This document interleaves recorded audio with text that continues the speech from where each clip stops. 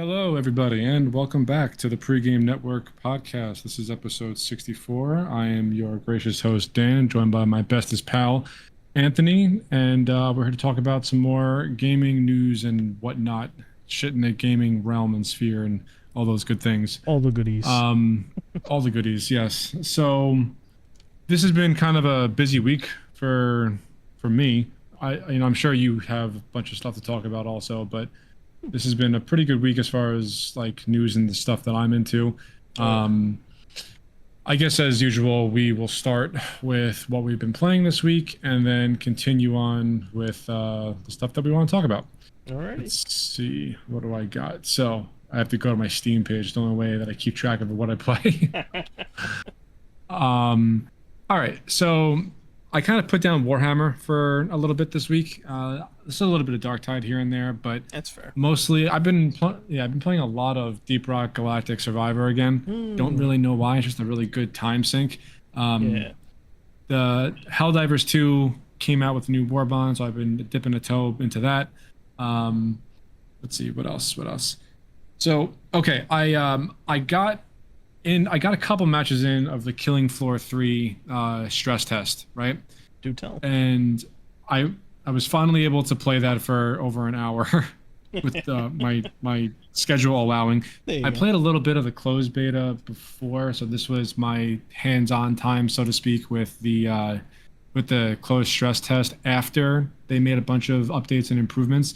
I can confidently say that the game is absolutely heading in the right direction, and it already feels a lot better. But one thing I will say for just like a pretty glaring con, in my opinion, is the optimization of this game so far. At least the build that I played was complete garbage. It just struggled. I mean, granted, I was playing on my laptop, so that's not the best hardware to go off of, but it was rough. It was still pretty rough. That being said, I think the game could have a bright future if Tripwire sticks with it and keeps on listening to the community and kind of giving everybody what they want, along with developing like a honest to goodness sequel. Now, that being said, I went back to Killing Floor 2 after this, and I put in like a bunch of hours into Killing Floor 2 after I got done with Killing Floor 3. The gameplay itself of Killing Floor 3, it does feel like way better than Killing Floor 2. Like noticeably better. So that 3 definitely has that going for it. But Killing Floor 2 is just, there's something special about that game. I think the way that Tripwire designed the weapon system and how everything feels is definitely superior to Killing Floor 3, even though it feels a lot better since the closed beta. But I am cautiously optimistic about Killing Floor 3. I think that Tripwire absolutely can pull it off, and I mean, the game launches in like 5 days from now, so they really don't have any time to make any notable improvements, or any notable changes, I would say. But I think the game is going to launch on the 25th. I don't think it's going to be delayed again. And much like Fat Shark, I think that Tripwire has a really long and storied history of supporting their games. So I'm optimistic that Killing Floor 3 will end up becoming something special down the line, probably in about a year, I would think. This is just like another one of those games that gets pushed out the door clearly before it's ready. I mean, I think we were lucky to begin with a 6-month delay, but the game definitely still needs more work. There's like next to no weapons in it, and I think that the entire Killing Floor 2 community is very spoiled with the amount of weapons and maps that are currently in Killing Floor 2. Or that were added. There's a ton of content in that game. I mean, it's just a co-op horde shooter. There's really nothing else to it. So there was a lot of effort put into all the maps and the different weapons that you can get. Killing Floor 3 just does not have that variety, just plain and simple. So over time, I'm sure it'll get there, but at launch, I don't think it's worth $40. I probably would justify spending closer to 20 for it. But I think eventually it'll be worth the price. Okay.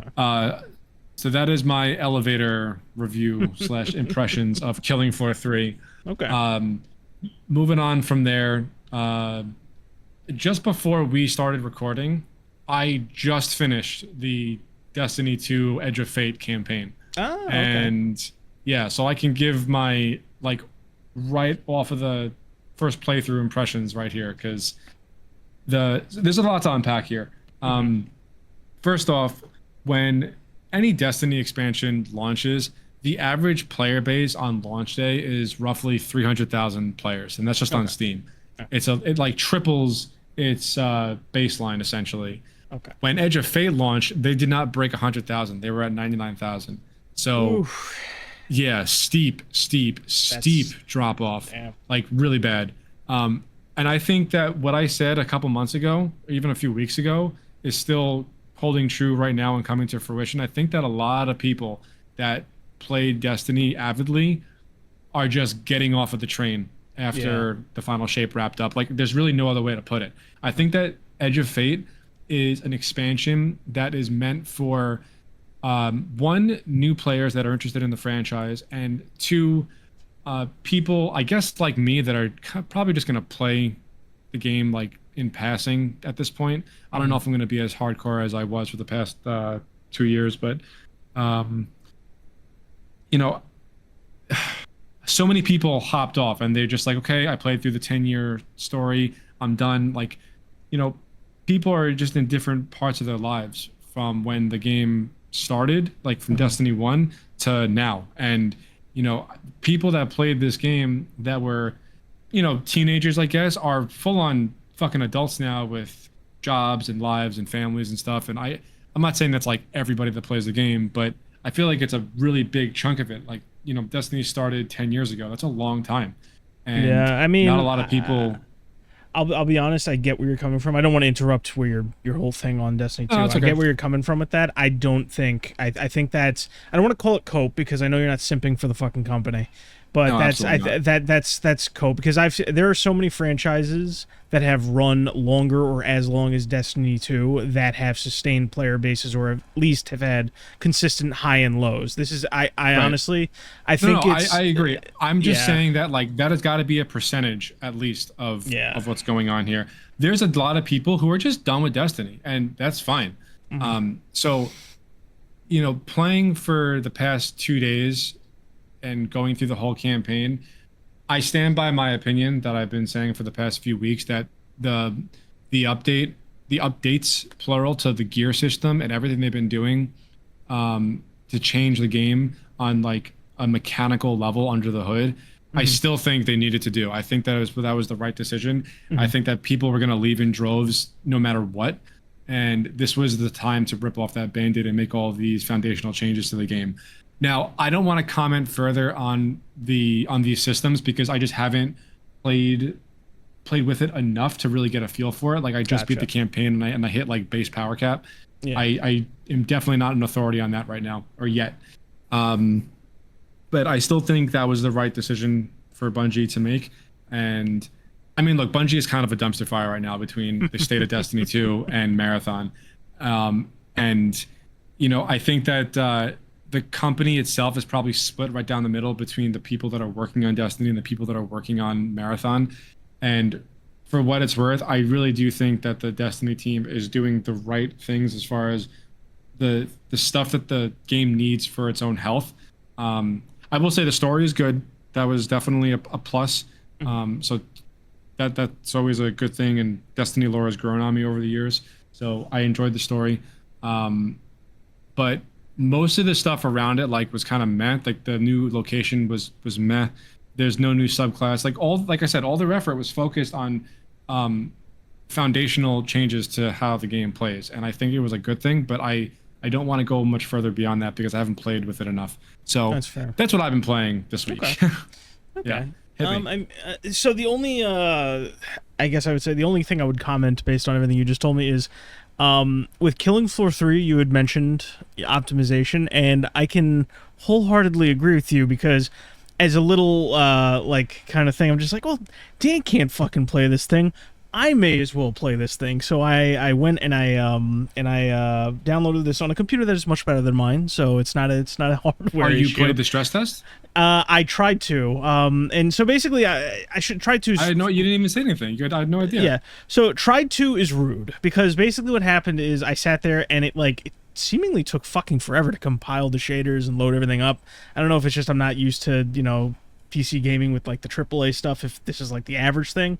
But by the time it loaded, I'm just like, fuck this. And I just kind of dicked around in like the hub a little bit, and I went to the shooting range and I played it, and I'm like, this seems a little it wasn't what I was expecting. And I agree with you that the weapons seem sparse because I dicked around with like the different classes and it didn't seem like there was a whole lot going on there. There's in the stress test in the beta, there was only like 3 or 4 2 primary weapons, 1 secondary, and a melee for each perk or each character. But they had like different rarity tiers that gave you different bonuses, like bleed or armor piercing or stuff like that.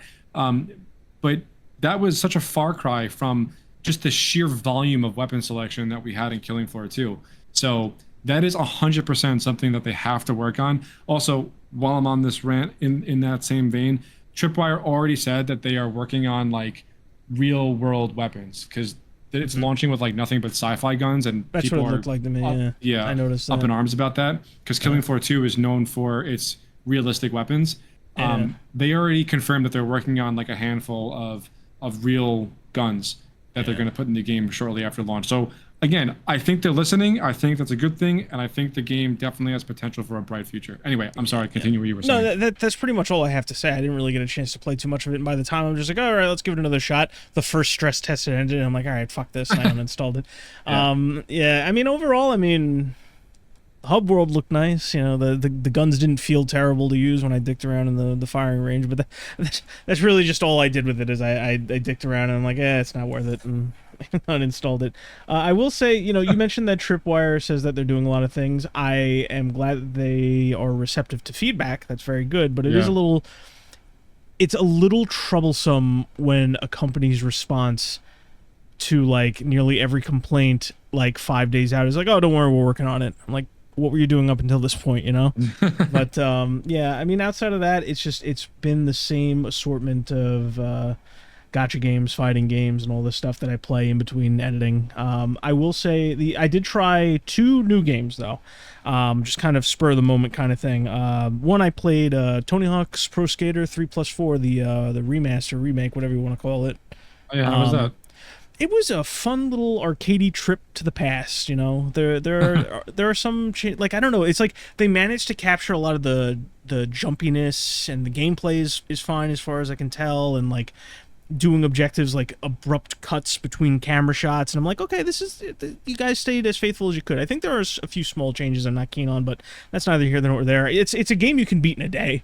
That's just the size of those games. It was always about quick objectives and then speed running and doing your best times. I might play a little bit more of it, but I've seen pretty much everything that the game has to offer. It's really the kind of game that either it's your one game and you play it in your downtime, or like you come back to it every so often. I've been actually itching to go back and try like 1 and 2 again. So it's interesting to play the latest with 3+4. So I'm curious to see what the series does from here now that they've had successful remakes of like the first 4 games. Say what you will about the quality in them, right? What was the other game I played? Oh fuck, it fell right out of my head. I played a new fighting game called Hunter x Hunter Nen Impact. It's one of the games I mentioned a couple of weeks ago, where I was describing how the fighting game community was all excited to be like we were having another we're so back moment. It was like a new age of tag fighters. And and I kind of outlined to you, I'm just like, 2 of these games, probably 3 of these games are going to fail, or have some level of the community just not giving a shit. They're only hyping it up now because they like to hype things up. The first thing I'll say, completely correct. They've already thrown this game under the bus because the net code is a little antiquated, and despite it being by the same people that make these kind of more, I won't say party games, but like the balance, it's not harshly balanced. It's very excessive. Like you can get easy kills. The combo system is very loose. It's fun that way. It's very fun. Like these are not negatives, but it doesn't jive with the current competitive mindset. of the fighting game community. It also plays a lot like one of my favorites, Ultimate Marvel vs. Capcom 3 and Tatsunoko vs. Capcom 2, my favorites. I wouldn't say it's up to the same caliber, but it's in that same vein. And so all the writing was on the wall with what to expect from this developer and from this game, but the second people got their hands on the game and got exactly what they were expecting, apparently it's a bad thing now. So they've already thrown the game under the bus. They hate it for multiple reasons. The one justified reason is the netcode does kind of suck, but it's like... there's more to it than just the netcode. It should launch with, a better netcode. It should launch with a little bit more modes, but it's like you guys are used to less. So I don't know why everyone's bitching. Everybody got exactly what they wanted. So me and Harrison have been playing it. It's been a real fun time. I wouldn't say it's main game material, but it is a nice little distraction. It's another game to play and have fun with. So there's that. And that's really all the only two new things I played this week. I feel like there's something else, but I'm about to just booting it up and shut it down. So, but that's that. Yeah. I mean, I kind of meant to like go a little bit more into all the shit that's happening with Destiny, just because. If you want to, that's fine. I mean, they're just the fact that they are hemorrhaging players in the way that they are, and I think that the game is really turning like a new chapter, and I don't think it's for the people that stuck with it for as long as they have. Yeah. But I also don't think that anything is going to really come to fruition until like the next major content drop. Okay. I mean, the one thing I have to add that I really didn't, but it's kind of like sticking with me since you talked about it before and all the weeks before and just now is, you mentioned this in a very diplomatic way, where you said what? This aspect of the game where you're just like, it's for new players, it's to net new players, and I get that, and I agree with it based on everything you've told me. That kind of like makes you go, ugh. You know why? It's like, it's one thing when you're trying something brand new with a brand new IP and there's no expectations there, and it's like, oh, we're trying to get you're used to this game that we make, but we're making a new game and we hope to net as many players that would be happy with this style, right? When you do that to an existing franchise, you're technically alienating an you risk alienating an existing player base. Like, I can't think of a single situation where like a game in a franchise that I love was described by the people making it as like, oh, this is for new players as well as older. Oh, this is for new players, or just natural changes in there that net new players. It's never benefited the older player when you have a game that's described that way, Mm. And I feel like, you gave it the very diplomatic where you're going with that. Like, that's the upside, is new people will try it or new people will play it. But ultimately, like, so that just means like the old players are fucked now? Like, because it's like if it was for new players in a pleasing way that would also, fix the problems the old players had, you wouldn't have to worry about it, like, oh, we're not at the 300,000 mark, we're at the 100,000 mark, just barely. You'd be at 400,000, right? You would be netting new players and pleasing everybody, but that's just something that stuck with me when you described it. Yeah. I mean, we'll see how long I stick with this. Mm-hmm. Or like stick with Destiny this time around. Like, I already bought the year. Kind of like I was gonna do that anyway, but I want to see where this franchise goes now. If this whole year is like just a big meh and it just doesn't really do much for me, I'll probably put it down entirely. Yeah. But like playing through the campaign, because I haven't played Destiny in like a couple months since before Edge of Fate came out, and I got back into the swing of things and I was really enjoying the gameplay again, but like the thought came back to me, like, I don't really have a clan to play with anymore. I can't really raid or do a dungeon or do any seriously high-end activity. And then they kind of like killed all my hype at that point. Yeah, so I'd have to start over and find a new group of people. Yeah, that's a tough thing too, because then you have, it's like, okay, well, you keep some of the old players around, they're willing to see what you're putting up with, but then, oh, it's an MMO kind of game, and that one player came back and all the other players he needed to really enjoy the game they're gone. Uh-oh. It kind of snowballs, Yeah. Yeah. But yeah, I mean, I just for me, like I just have to kind of see where it goes, and I I did like the story. The gameplay is going to be the same across the board because they're really not going to change it. I think the only thing that's really going to bring people back in droves at this point is Destiny 3. I don't even know what that would look like. So, yeah. We'll see about that. Anyway, so moving on from Destiny, we'd already talked about Killing Floor, but I guess I'll just say this for posterity. Okay. Tripwire, like when they announced that they were doing the 12-hour stress test, they actually apologized for the previous stress test because it was in a terrible state and it was only held for like 3 hours or something. So they said that they would have another one, which was the one that just passed. It was going to be 12 hours, and they were not going to enforce the NDA that was in like the splash screen when you launched it. They said they couldn't remove the message that came up in time, but they put out a blog post saying like, we're not going to go after anybody if you stream it or put it on YouTube, which I thought was definitely a good move. Like these guys obviously want their game to be good. They want the community to like it and to have fun. So I just think it's moving in the right direction. I know I just said the same thing twice, but Okay. I think it warrants giving credit where it's due. Yeah, I get you. So anyway, let's see what else do we got here. There's like a voice actors strike going on. Actually, that was so. Do you know who Ikora is in Destiny? Yes. So her voice actress is on a strike for some union or guild thing that she's in, and so they had to re-record a bunch of voice lines, and the voice that they got for it was the same voice who voiced the main antagonist like 2 expansions ago. Oh, I actually just heard a little sounds bit about fucking that, yeah. weird. The same person who voices Savathun is now voicing Ikora in this expansion. It's just strange. I'm That's so used to gotta- hearing the Witch Queen, and now I'm hearing it out of like the face of the of a fucking Vanguard officer. It's just weird. Yeah, I actually heard a little bit about that, and it makes me laugh because it's just like when you're in a situation where you're playing an English game where there's no localization in play, it can be off-putting because you're in the native language, right? With some of the games I play and some of the games I watch other people play, it's typically localized, and so it's like, ooh, we got a really shitty one this time. Let's roll the dice and see if we can get a better one. And sometimes we get a better voice actress. Yeah. I mean, she's not a bad voice actress. It's just the fact that the entire fucking Destiny community. Trust me, I'm not judging. I'm not judging her. Yeah, I heard that story too. I'm not judging her. The game has had in like 5 years. It's just funny.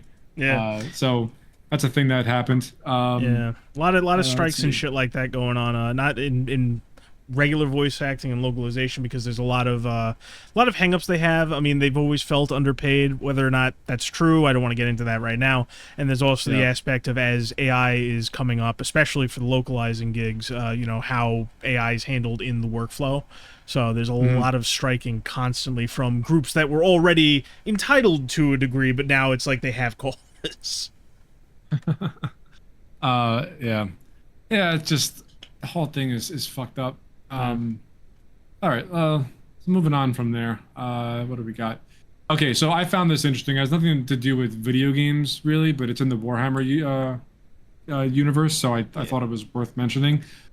Games Workshop removed gendered language from the Horus Heresy rulebooks, which, like, of all universes to fucking pull that shit in, Warhammer is not the one to do it. It's so crazy to me because, like, I think we talked about this a while ago, like before Space Marine 2 even came out.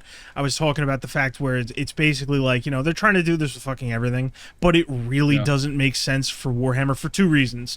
Mainly because it's so expansive and there's so many ways that you could really tell a story with either sex if you really wanted to, right? Like those factions exist, but also the fact that it's just like in a universe such as Warhammer, you can't just yada yada the sex-based requirements in a lot of the positions and roles in this universe. So come on. Yeah, just talk about stupidity. To appeal to who? Who are you appealing to? Like, the people that care about this shit obviously are not investing in Warhammer in any of the mediums that it's in. Like I don't play the tabletop, but I literally own a trilogy of books that I read through, and I really loved it, and I fucking love the video games. Like I am a Warhammer fan. I Yeah. am the one who's going to spend money on this universe, not the people who want these fucking gendered language removed from the rule books. It's just It's it's all so nonsense. stupid. It's all Yeah. nonsense. It's so fucking dumb. It would be And nonsense if there was like a real cause behind it, but it's really just these guys just want to change and get in there wherever they can and make these adjustments. It's not even really. It's just they think they'll say it's for like some cause, but they don't really believe it. They're just in there to just get in your way. yeah, yeah, just like you keep on saying, these people hate us.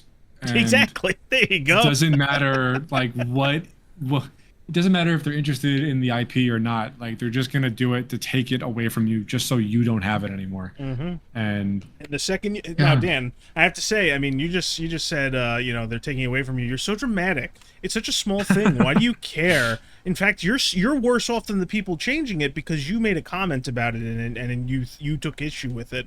Have you considered that yeah? you're the problem and maybe you should just get the fuck out? Have you Maybe I'll considered just that? jump off of the Brooklyn Bridge. Okay, maybe I'll just do that.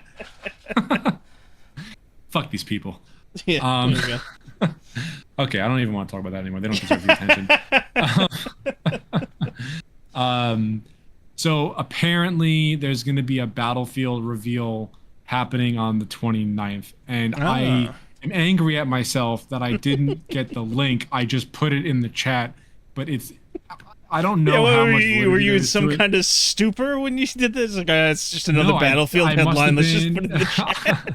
I must have been in the middle of something and could only send a quick message, not copy and paste a link. But yeah, I mean that's the word on the street right now. I personally don't think it's going to happen. I think it'll be later on in the summer, if anything, like end of summer, like late August. Yeah, that's what I was thinking too. I think that's what we said when it first. I mean, you never know; these people could surprise us. But end of summer was, Yeah. I think, our initial guess. You know, right before fall kicks off, because I would imagine the game's coming out late fall, mid fall.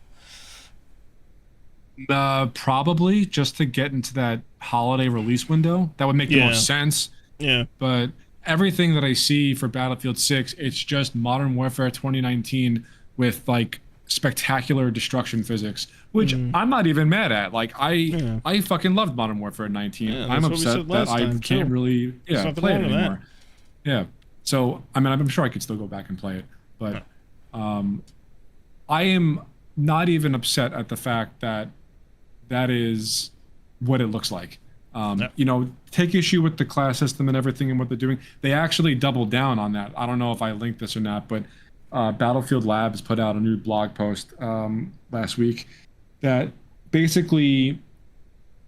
basically said, like, we hear all of the feedback from the community about the class system, and we appreciate the fact that everybody is so passionate about this, but you know, essentially, fuck you, this is the way that we're going. I'm paraphrasing here, obviously, but they seem pretty dead set on not having weapons and gear locked behind classes. And I mean, I'm willing to try it depending on how it plays, but there still needs to be a line in the sand differentiating like support from assault and recon and what was the other one? Shit. support, assault, engineer, support, medic. recon. Yeah, engineer. There you go. Okay. Yeah, there still Support needs to is be not- like an identity for these different classes. So we'll see what happens with that. But everything that I've seen from Battlefield, it looks good. So yeah. Anyway, I've been hogging the mic for a while, so why don't you take the reins for a story or two? What else did I have? I had Oh, did you hear the nonsense going on with the Zelda casting? Yes and no. I heard something happen. I don't know what it was. Yeah, so a while ago they announced a live action Zelda movie was coming out. That I'm sure you heard about, right? Yeah. And for some reason, and I say for some reason, but it's just terminally online stuff. what was it, around, I forget what point in time, I think it was like a week or two, maybe a couple, it was a couple weeks ago, I'm sorry, where they basically, like, someone just out of the blue just said, like, oh, wouldn't this person be such a good Zelda? And it was like a trans actor that's like the in the now, the person of the now or whatever. And it's, Yeah. and you know, obviously that led to arguments because, like, you know, it's just like, no, why would you do that? You know, and there's plenty of jokes about, like, the whole fucking, like, that's been around forever since the beginning of time, where it's like, oh, you know, it's called Legend of Zelda, but you actually play as Link, and Link's the guy and Zelda's the girl. And it, you know, a lot of arguing, a lot of jokes like that and shit like that. But, like, you know, it gets pretty vile pretty quickly, where they're just like, oh, if you don't like this, you're just like the worst person ever, and you should die or something. And basically this went on for like a month. And recently, they Miyamoto, you know, Miyamoto is Nintendo, and he comes out, typically when they make announcements about the films, he comes out and he makes the comments, and he said, like, we're proud to announce these two actors as Link and Zelda, and they're really unknown actors, which I think is pretty good for, like, you know, Yeah, new, that was you probably know, the right move. yeah, it is the right move. And immediately people are melting down. Oh, not my Zelda. It should have been, you know, this guy or whatever. You know, why God. didn't you do this? Don't you hate that? And it just turned into a whole fucking kerfuffle, and I just thought it was silly. Yeah. I mean, I mean, the more I talk about it, the more dreary and depressing. It's just like, you guys, you just got to stop invading fucking everything for a cause. You know, Yep. it's just, it's nonsensical. Just, you gotta let it go. They're already trying. They've already moved on, and they want this guy. He's like, oh well, we may have missed our chance with Zelda, but when we get that Metroid movie, you know, we're gonna get him to play Samus. You know, like, all right, just shut up, just stop, just all asinine stuff. I'm not even that Yeah. interested in the Zelda movie, but come on, let's be real here. Yeah. Yeah, I know. Yeah. Well, going off of games and TV and film, you Oh. linked another article saying that Oh, Netflix yeah. greenlit an Assassin's Creed live action series. Okay.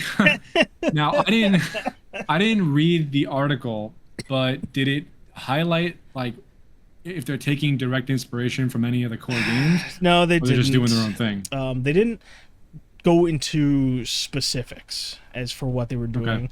They announced, I think they announced the director and the showrunner, and it's already off to fucking, you know who's writing this fucking thing? Oh boy. The guy that wrote the Halo show is writing this fucking thing. No. Yes. How does he even have a job? I have no Oh my fucking God. idea. Oh, that's terrible. I think I told you I watched like the first 20 minutes or something like that of the Halo series, and like they couldn't even get the audio clip for the fucking assault rifle right, Yeah. and I just dropped it. Like, Yeah, that's that's opinion was basically like, if you're gonna be that disrespectful to the source material, then fuck you. I'm not even gonna bother watching Yeah, I've been it. seeing some Halo apologists recently, you know, saying that we were too harsh on the Great. TV show.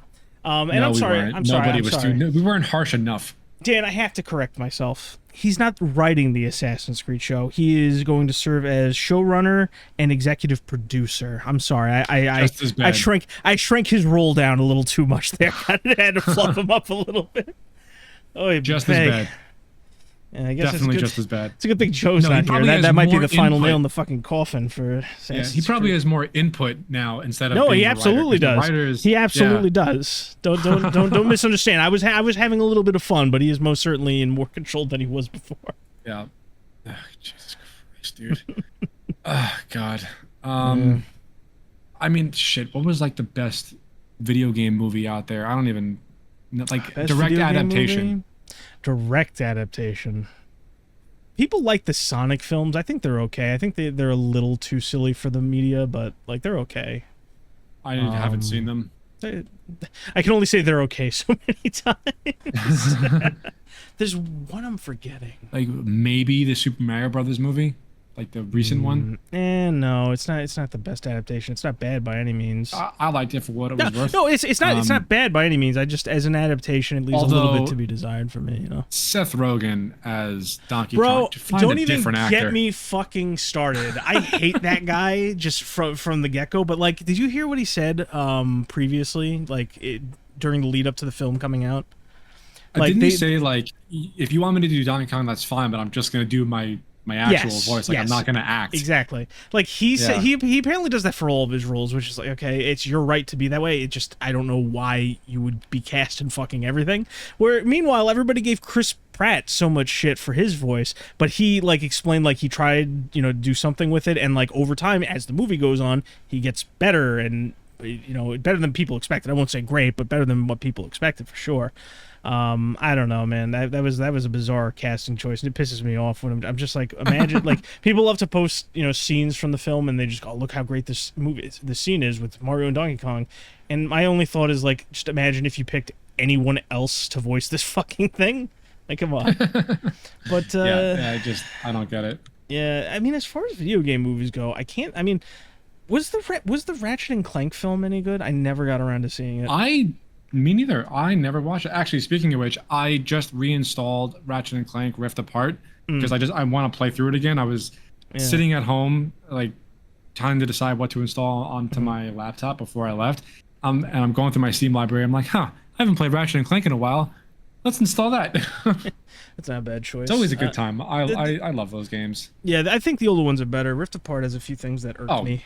Yeah, I mean the older ones were definitely way better, but Yeah. Rift Apart it did what it needed to do essentially. It scratched the itch, at least for me. But my understanding, my understanding about Ratchet and Clank the movie is it's like a reboot adaptation of the first game. That's my understanding of it. I just haven't seen it, so like I don't know, one day one of us will have to watch it. I mean, as far as other films go, it's weird. Like, there's been a ton of Mortal Kombat movies, and most of them are either campy or they suck. There was a Gran Turismo movie at some point last year, I think, and it sucked. Apparently, that was good. I heard it was decent. I'll take your word for it, but the few people I know that still like Gran Turismo, I mean, obviously, there's not really a lot of brand identity going there, but I still, it is what it is. There are two like really crappy video game movies that I have like a soft spot for. One of them is the Tomb Raider and the what is it, the Cradle of Life. I liked that. I liked that the second one, right? Yes. I That's liked sequel. that one. I really liked that one too. Yeah, and then we actually used to watch that when we were younger. I had that on DVD. House. Maybe that's why I have such fond memories about it. But the other one, and you might crucify me for this one, but I remember enjoying it. Maybe I need to rewatch it. The Prince of Persia: Sands of Time movie. I remembered not hating that. That could just be nostalgia glasses, or I've forgotten most of it. But I remember not hating that movie. It came out 2010, I think. It was like, or maybe oh my god, really? Or something. Yeah, it was a sleeper. Fucking Jake Gyllenhaal played the prince. Yeah. I can't really think of too many others. There's been a lot though. I think I saw the Detective Pikachu film in theaters, and it was like, eh. Yeah, I never. The fact that Ryan Reynolds voiced Pikachu just kind of off-put me for some reason. Was it Ryan Reynolds they got?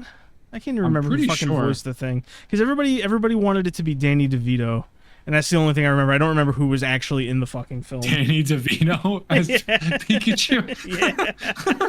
Yeah. Fucking Frank Reynolds. Yeah. Oh my god, that's hysterical. Yeah. Anyway, okay, let's move on from TV. Yeah, move on. Let's see. Ubisoft is apparently making a new FPS Ghost Recon game, which I've historically been a fan of Ghost Recon, but the recent ones I didn't really like. I feel like they controlled pretty terribly, and I always, and this is in any game, not just Ghost Recon, I fucking hate when the game is primarily in third person, but when you want to ADS, it snaps to first. Like, in my opinion, if you're gonna do that, then I feel like you need to make a decision whether or not you want to be a third-person game or a first-person game, because you can do both of those things, like either or, very well. It's a hang-up for me in a game. I don't know why. I always hated that. So like, I didn't like Wildlands, and I didn't like Breakpoint for that exact reason. I have always liked the Ghost Recon game. So if they're gonna develop a exclusively first-person Ghost Recon game, then I'm in. I want to see where that goes, because I've always liked that franchise. I just didn't like that one thing and it kind of ruined it for me. It just didn't feel organic enough when I played it. Okay, that's fair. Yeah, I don't know. That was my little No, I rant on get you. that. I don't really have a preference per se. It really does depend on the execution, but I can Mhm. understand that. Anywho, so I don't really have like a ton of like huge news stories to go over, but like the biggest things for me was Destiny and Killing Floor. We kind of already talked about those two things, Hmm. but last week you promised to explain the Stop Killing Games movement to Yes, me. and I And will. let me just preface that by saying I'm pretty sure I know what it is, like just from the name alone. Hmm. So I'm gonna give you my very brief understanding of what I think it is, and Go then for it. you could learn me. So, Absolutely. um, I mean, correct me if I'm wrong, obviously, but Hmm. it's just about game preservation. Of if you buy something, you should be able to play it in the year 3000, not just when they decide to shut it down, right? That's the simplest way to round it Right. up. Basically like a licensing dispute between the general public and game publishers. One of the many things addressed by it. Right.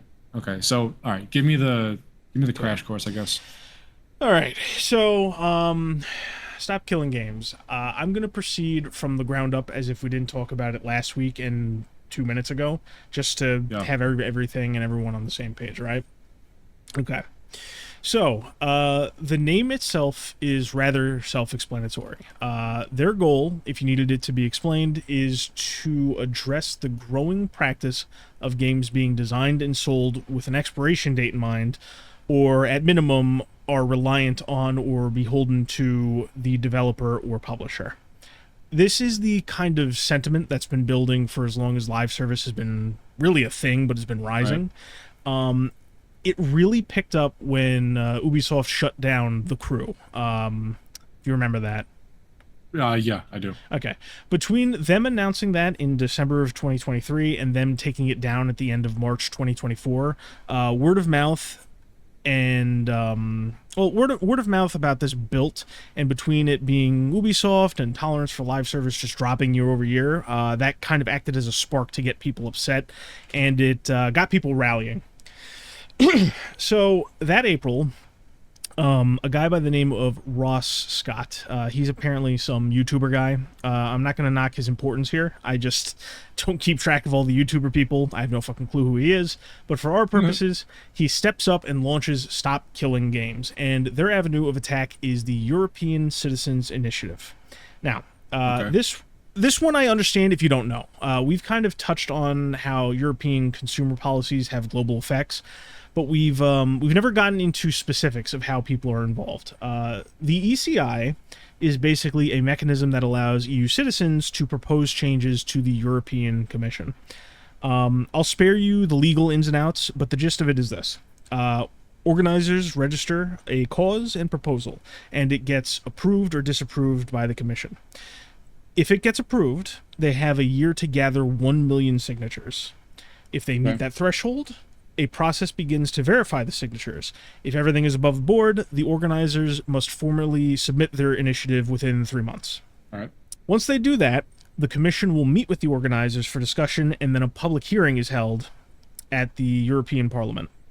And then finally, within 6 months, the ECI publishes a response that details what they'll be doing, whether it's legislation or some other action, or if they're just not going to do anything.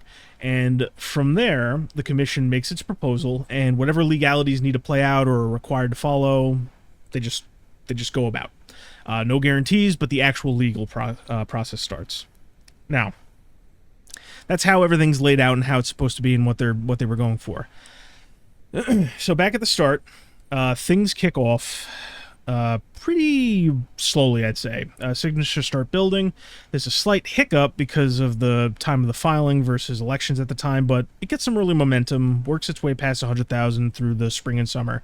Not on pace to meet its goals, but it's getting there. I think it ended around 200,000 by the end of the summer. I don't remember. Now you have this other guy, Jason Hall. Another YouTuber guy I don't know much about, but I did a little research. He is the son of Joey Ray Hall.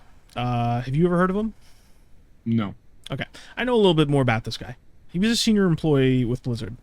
He was a cinematic editor, cinematic artist, 3D artist, video production, and he did this all across Warcraft, World of Warcraft, Diablo, StarCraft, from the 90s to the 2010s. He was also apparently responsible for producing a lot of the behind the scenes and making of DVDs and bonus content that came with collector's editions in that time frame, right? You've actually seen him before because of that one episode of South Park everybody saw back in the day. The fuck was it called? What's the name of the Warcraft episode? Make Love Not Warcraft. That's what it's called. That one stereotypical nerd behind the keyboard that's laying back in the chair. You remember that? The one that gift? They based that off of the way he looks. Like that's like him basically. That nerd. So you've seen him before, even if it's just in passing. So anyway, Jason Hall, under his handle, under his channel, Pirate Software, August 2024, he puts out a critique on the movement. He calls the whole thing too vague, says it would put a financial burden on developers and publishers, would cause IP legality issues, and in general, he took a very, I guess I would call it, exaggerated stance on the whole thing. The same kind of arguments you would expect from someone on the inside instead of someone looking at it objectively, which makes sense because he also worked at Blizzard, has had his own game in early access hell for the last several years, and up until recently worked as a publisher. He left after some backlash, which I'll get to. He also, and this is most important, he mischaracterized the movement as demanding online forever games or offline modes for all online games, when the whole point of the movement is really about outlining end-of-life plans, allowing consumers to host their own private servers for online content, and allowing offline functionality of existing content. That's where the kind of the two, I guess you would say, like, informed and misinformed opinion on this comes from. And that's how things stood for half a year, until organizers and advocates reclarified these things in different videos and interviews, which led to everybody turning on Hall. So he's taken a massive credibility hit, and the only reason I bring that up is because people love drama. People love having a villain, and it just kind of snowballed from there. Different personalities jumping on board, and people ripping on this guy and finding out about the movement. So for the last 3 to 4 weeks, you've had all the people whooping, hooting, and hollering over how we're finally going to stick it to these corporations and that mean YouTube guy that lied to us last year, right? And Dan, this fucking thing skyrockets. When it stopped initially, like when it came to like a halt with the signatures, it hovered around 450,000. And that was the count about 30 days ago. I thought it was more.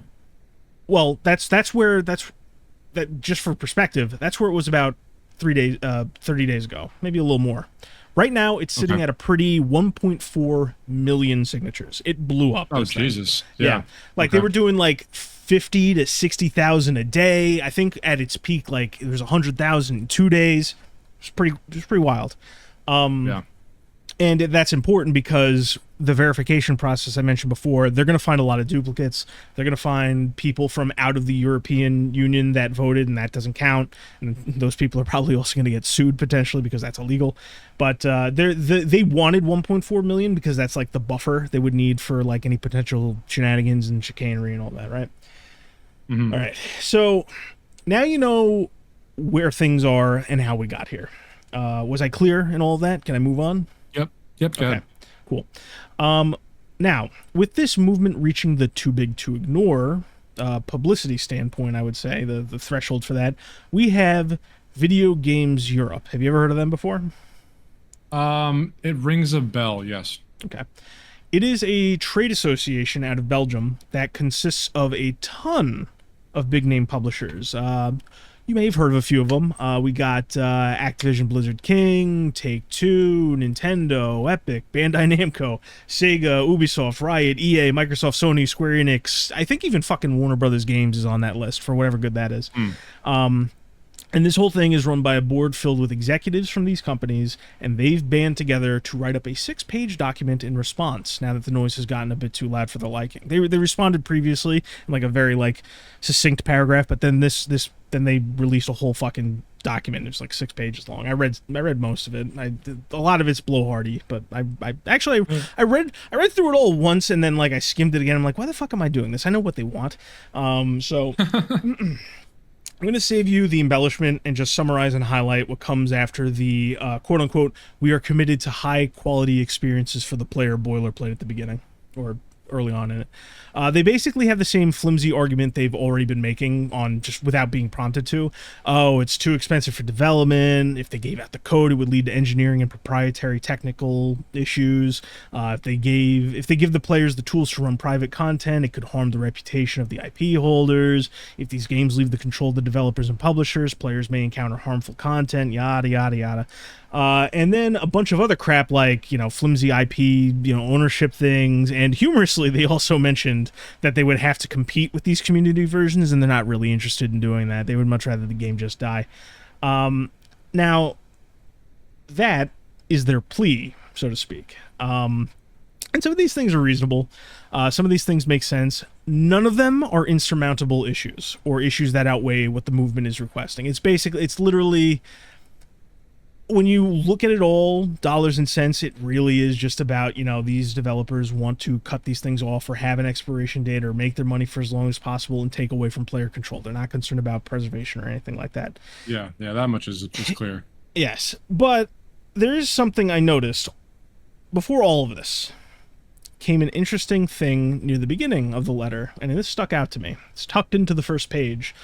Something we've heard before, something ridiculous, something asinine, and something said only very boldly. And I'm going to read it to you verbatim, Dan.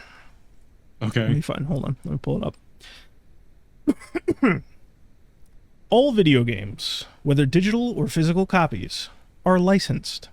As is the case with virtually all digital works, when consumers purchase online games, regardless of the country of sale, what they acquire is a personal license to access and play the copy of the game they have purchased in accordance with the game's terms of service.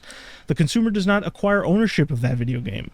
These clear intellectual property rights underpin the entire market and enable the strong investment that the industry has seen for decades. There is no legal uncertainty about the status quo of video games. How do you feel about that, Dan? I feel like I'm being taken for a ride. That is my initial gut reaction to listening to that statement. You're being taken for a ride, and you're paying for it too. Yeah. And then saying thank you. Yeah. The reality is that while some of these concerns have logic behind them, and not much, and not nearly at the scale that they actually need to be concerned, what they are actually concerned about is about competition. Not with each other, they've all rallied behind this, but competition with themselves and the history that led them there. It's really like, we talk about preservation, and some companies have said like, oh, we're about preservation, but really this is about being able to push out games, at whatever level they want, remove your ability to play them when they feel like the competition with themselves is too steep and they're competing for your time and all this. It's why they've all got this hard on for never ending and ultimately losing fights with piracy. It's why major companies, I'll use the extreme case of the FBI, they manage to find their time in their clearly packed schedule to occasionally swat a few sites for piracy down. It's why every action these companies take seem to be in active opposition to preservation of video games from the very base of development to the very end of release. That's all this is about on their end, and they're afraid of losing this, because realistically, like, looking back at some of their concerns, like, I get it, you can't keep the thing online forever, but guess what, that's the beauty of it. When you ignore the mischaracterization of this is about, okay, listen, you're gonna eventually pull the plug on this, that's fine if you don't want to pay for this. However, the consumers did pay for this. There needs to be a plan at the end of that. You got to either give it out to the, you either need to be able to flip on an offline switch for the players, or you need to be able to give the code and what's necessary to run these games to the players so that they can run it themselves. That's really what this is all about. And that's, Now, deadline to all this is on July 31st, right around the corner. How long is that? Was it a little under 2 weeks? 13, yeah, a little under 2 weeks. We'll have our update, and we'll talk about it some more then. But 11 days. Yeah, it's soon. Yeah, that's basically the gist of the situation and everything around it. I hope that was a no, very educational. Yeah, that I mean, I don't know how much validity there is, or no, I shouldn't say validity. I don't know what the cost associated with preserving games are, because obviously these companies are not interested in game preservation. It's not what they're in the business of. They're in the business of making money. Yeah. And preserving every game across your entire catalog, even if it's offline, that's obviously it's going to cost something. I don't know how much that could possibly cost, but we hear about these earning calls that these companies have and how much money they make. Now, you don't know what's happening with that money. You don't know how much they're actually putting in the bank and what they have liquid or anything, or how much they have to reinvest in another development cycle for another game, or whatever have you. But I would love to know, the what the fuck term am I looking for?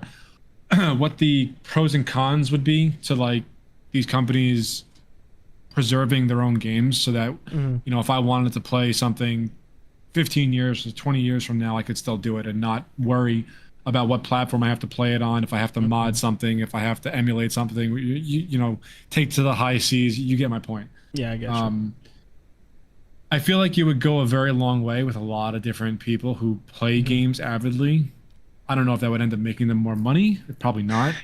So, I mean, what I'll say is this. I mean, there is an obvious cost in preserving existing games. Yeah. There is a near negligible cost in the development of a game outlining your end of life plan. That's probably why they're starting to sweat a little bit and actually felt the need to respond, is because realistically there is an argument to be had about okay, we just need to flip some switches so that you can play this online game offline, or they don't want to hand out the codes so that other people can run it, because that's hands off. That costs nothing outside of I guess you could say there's no monetary value. There's a cost there technically with code and stuff like that, but there's no monetary value lost there. But ultimately, it's what they're fearing most is that from now on, if they were legally obligated to, they wouldn't have the keys to that where they could just say, all right, well, this has gone on long enough, even though it wouldn't cost them anything upkeep wise later, which is what their biggest argument is oh, we have to pay to keep the servers online. There are hidden costs to them. Yeah, of that course. in that they not in the literal sense, but in the fact that they would not be making, they feel lost sales later because they can't shut the game off, so to speak, but less about investment into making sure that it's playable for all time, essentially, right? Yeah. I think a pretty good example is do you remember the MMO City of Heroes? Yeah, the DC MMO. Not the DC MMO. That's just DC Universe Online. City of Heroes is just you make your own superhero. There's no attachment to existing IPs. But it came, it went, and then at a certain point, the developers just gave the code out. Now it's up and running if you want to go play that game. The developers have no hands on that because they're doing their own other thing elsewhere. But they gave the code out to the players. That's like an extreme situation. But realistically, just developing it with the back end in mind that one day we're not gonna front for the servers anymore is it's really just a cost for them, as far as they can't get people to move to a different game where they can't monetize a different revenue stream in the future. And that's not a thing that'll hold up. That's not a justifiable thing, because that's not the argument that's being made, which is why they're nervous to a certain degree about this. Oh God, I don't. Where do you see this landing? Because I don't think it's going to be good for. I don't think it's going to be in the favor of the gamers, I should say. We'll see what happens. I mean, I do think word of mouth has gotten to an extreme situation where it's almost perfect, because word of mouth basically revitalized the movement in such a way that it's in the present mind, which is what you definitely need for support. And it's as close to the deadline as you can get to both get the signatures that you need and keep people talking about this. There are group chats I'm in, and people I'm in that were basically, they spent weeks cheering on this fucking thing and doing, hour by hour updates and analyzing each individual country and where their signatures were at. So like this is in the public consciousness, especially it's such an opportune kickoff point because now they also have a villain in this Jason Hall guy, because like he's like his whole thing is like he was a streamer and he still streams and he's not apologizing, which is his right. He doesn't need to apologize, but he was already like people view him as a narcissist. He talks like people are coming at him, calling him a nepo baby because his dad worked at Blizzard and that's why he got the job. And it just snowballs one thing after another. It's like, oh, well, it turns out he's not that great of a coder, so now people are making fun of his code and he's getting hostile, so that just makes people push back. So like, but why I mention him specifically is like it now has like a villain figurehead that isn't going anywhere, and he's going to basically carry that on his shoulders for the foreseeable future. And at the same point in time, the movement just has momentum, and the momentum is also carried by the people who started it, and the people that started it are also YouTubers. So I'm not necessarily as pessimistic as you are about the potential chances. I still do think there's a lot of legalese and things to overcome. I think that after, you know, a similar ruling on loot boxes however many years ago, these companies know that they can't just like roll over on it. Like they actually need to stay poised and make their pushes on their end. So I don't know. I do think it's really just about how things are articulated later, because the biggest thing going against it was the mischaracterization that it's like, oh, well, what they really want is like online games to have an offline mode, or these games to be supported forever. And if they don't like make that distinction, it could hurt them.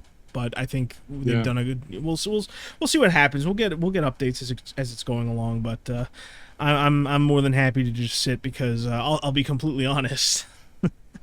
The noise has kind of gotten annoying to me, you know. Because you know me, it's just like I just you know how I am with anything where it's just like, oh, okay, this is a good cause, but can I please just stop hearing about it? Just put the word of mouth somewhere out for me. And another reason this whole thing frustrates me is because there are so many other problems in this industry, society in general, one step at a time. But you know, I have my favorites. I say censorship, localization, corporate overreach, which I'm going to have a lot to say on next week, by the way. Cultural subversion, hell, there's different types of preservation. It's been a while since we had a really good Anthony rant. You're going to get one next week. But yes. On this topic, there's different types of preservation that aren't being addressed by any of these voices. Like, I don't know how much you know, but like finding and releasing old prototypes and lost games, like cartridges, discs, development, like towers, you know, the production builds and, you know, development machines. These things often come at a massive cost because the collectors see value in their exclusive nature, and these things just come and go and get barely any support. Like someone passed along something to me a while ago, and it recently got an update. I think it's got like a couple weeks to go. It's ending around the same time that the signature collection for Stop Killing Games is going on. But the Video Game Preservation Museum needs $83,000 to pay this guy who just has a couple of bins of like rare, never before seen production cartridges of like from every company you can think of, just sitting in a collection. And like if he doesn't get the money, he's just going to toss all of these. Like that's how these collectors operate. They either keep them and charge through the nose for them, or just destroy them, or threaten to destroy them. And meanwhile, while this, you know, legal battle's going on, the you know, and gets all the whining and YouTube drama to go, you know, to get people to go, hey, look, I like good things. Actually, we don't have people, you know. I guess it's wrong of me to really, you know, make this about that, but I've seen people use the word preservation rather flippantly, and I'm for that, and this is part of that. Stop Killing Games is part of that. But the biggest aspect of preservation that we're constantly going to be doing battle with is like the older stuff getting destroyed or being held by collectors, and it's really just for the most arbitrary shit. Like, you want some real villains? Like, don't worry, this Jason Hall guy, he's a piece of work from everything I've seen about him. But if you want some real villains, take a look at these fucking collectors that are charging nearly hundreds of thousands of dollars, or else they'll destroy shit. Like, come on. That's my mini rant on the Stop Killing Games thing. Is just preservation is important to me. I love the preservation aspect of it, and I love looking at the older betas and the builds and learning all about that. And it's just every day there's like a new fight. But you know, that's the gist of the latest movement going on. Well, I'm glad that we finally got to talk about it. Something that we probably should have done a little while ago, but that's fine. Yeah, I mean, no better time because like it's about like in 2 weeks we'll have like a definitive like answer as to whether the next step is going to happen, and then we'll follow it as it goes through the channels and whatnot. Yeah. Cool. Well, I think that about does it for this episode. Covered a decent amount today. Oh yeah. Well, if you're still listening, we appreciate you.